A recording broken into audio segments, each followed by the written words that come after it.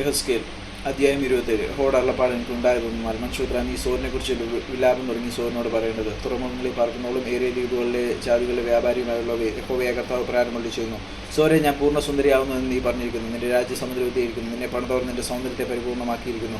സെനിയിലെ സർലമരം കൊണ്ട് അവർ നിന്റെ പാർശ്വമൊക്കെയും പണിതു. നിനക്ക് പാപനം ഉണ്ടാക്കേണ്ടതിന് അവർ ലബാനോനിൽ നിന്ന് ദേവദാരുക്കളെ കൊണ്ടുവന്നു. പാശാനിലെ കരുവേലം കൊണ്ട് അവർ നിന്റെ തണ്ടുകളെ ഉണ്ടാക്കി. കിത്തിയ ദ്വീപുകളിൽ നിന്നുള്ള പൊന്നുമരത്തിൽ ആനക്കൊമ്പ് വധിച്ച് നിനക്ക് തട്ടുണ്ടാക്കിയിരിക്കുന്നു. നിനക്ക് കൊടിയായിരിക്കേണ്ടതിന് നിന്റെ കപ്പൽപ്പായ ഇസ്രയേലിൽ നിന്നുള്ള വിചിത്ര ശനപടം കൊണ്ട് ഉണ്ടാക്കിയതായിരുന്നു. ഏലീശ ദ്വീപുകളിൽ നിന്നുള്ള ധൂമ്രപടവും രക്താംബരവും നിന്റെ വിധാനമായിരുന്നു. സീദോനിലെയും സർവാദിലെയും നിവാസികൾ നിന്റെ തണ്ടേലന്മാരായിരുന്നു. സോരെ, നിന്നിലുണ്ടായിരുന്ന ജ്ഞാനികൾ നിന്റെ മാലുമികളായിരുന്നു.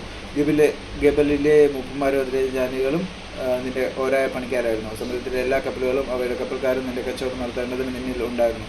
പാർസികളും ലൂദ്യരും പൂത്യരും യോദ്ധാക്കളായി നിന്റെ സൈന്യത്തിലുണ്ടായിരുന്നു. അവർ പരിചയം തലക്കോരുകയും നിന്നിൽ തൂക്കി നിനക്ക് ഭംഗി പിടിപ്പിച്ച് അർവാദ്യർ നിന്റെ സൈന്യത്തോടുകൂടെ ചുറ്റും നിന്റെ മതിലുകളിന്മേലും ഗമ്മാദ്യർ നിന്റെ ഗോപുരങ്ങളിലും ഉണ്ടായിരുന്നു. അവർ നിന്റെ മതിലുകളിന്മേൽ ചുറ്റും പരത്തി തൂക്കി നിന്റെ സൗന്ദര്യത്തെ പരിപൂർണ്ണമാക്കി. തർശീശ് സകല സമ്പത്തിൻ്റെയും പെരുപ്പം നിമിത്തം നിന്റെ വ്യാപാരിയായിരുന്നു. വെള്ളി, ഇരുമ്പ്, വെള്ളിയം, കാരിയം എന്നിവ അവർ നിന്റെ ചരക്കിന് പകരം തന്നു. യാവാൻ, തൂബാൽ, മേശക് എന്നിവർ നിന്റെ വ്യാപാരികളായിരുന്നു. അവർ ആളുകളെയും താമ്രസാധനങ്ങളെയും നിന്റെ ചരക്കിന് പകരം തന്നു. തോഗർമ ഗ്രഹക്കാർ നിന്റെ ചരക്കിന് പകരം കുതിരകളെയും പടകുതിരകളെയും കോവർ കഴുതകളെയും തന്നു. ദാന്യർ നിന്റെ വ്യാപാരികളായിരുന്നു. അനേകം ദ്വീപുകൾ നിന്റെ അധീനത്തിലെ വ്യാപാര ദേശങ്ങളായിരുന്നു. അവർ ആനക്കൊമ്പും കരിമരവും നിനക്ക് കപ്പം കൊണ്ടുവന്നു. നിന്റെ പണിത്തരങ്ങളുടെ പെരുപ്പ് നിമിത്തം അരാം നിന്റെ വ്യാപാരിയായിരുന്നു. അവർ മരുതകവും ധൂമ്രവസ്ത്രവും വിചിത്ര വസ്ത്രവും ശമ്പടവും പവിടവും പത്മരാഗവും നിന്റെ ചരക്കിന് പകരം തന്നു. യഹൂദായും ഇസ്രായേൽ ദേശവും നിന്റെ വ്യാപാരികളായിരുന്നു. അവർ മിന്നീയത്തിലെ ഗോതമ്പും പലഹാരവും തേനും എണ്ണയും പരിമള തൈലവും നിന്റെ ചരക്കിന് പകരം തന്നു.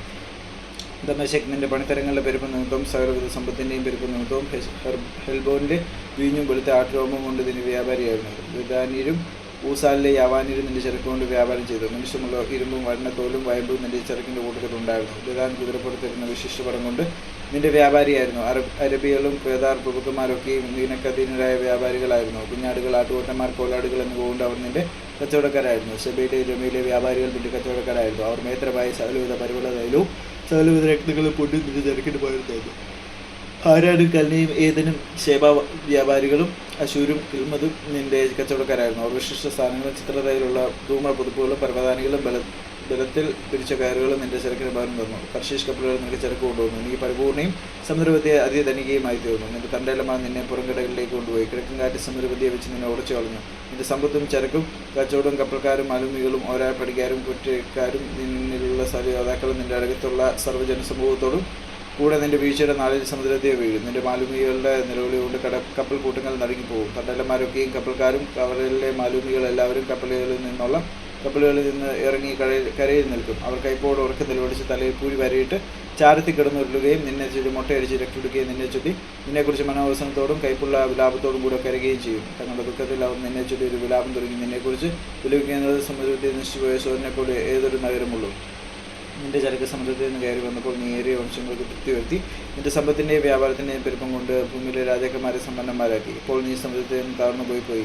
നിന്റെ വ്യാപാര സമ്പത്തും നിന്റെ അകത്തുള്ള ജനസമൂഹമൊക്കെയും വെള്ളത്തിൻ്റെ ആഴത്തിൽ വീണിരിക്കുന്നു. ദ്വീപവാസികളൊക്കെയും നിന്നെക്കുറിച്ച് സ്തംഭിച്ചു പോകുന്നു. അവരെ രാജാക്കന്മാർ ഏറ്റവും ഭയപ്പെട്ട് മുഖം വാടി നിൽക്കുന്നു. ഈ ജാതികളിലെ വ്യാപാരികൾ നിന്നെക്കുറിച്ച് ചൂട് ഓർക്കുന്നു. നിനക്ക് ശീഘ്രം നാശം ഭവിച്ചു. നീ സദാകാലത്തേക്കും ഇല്ലാതെയാകും.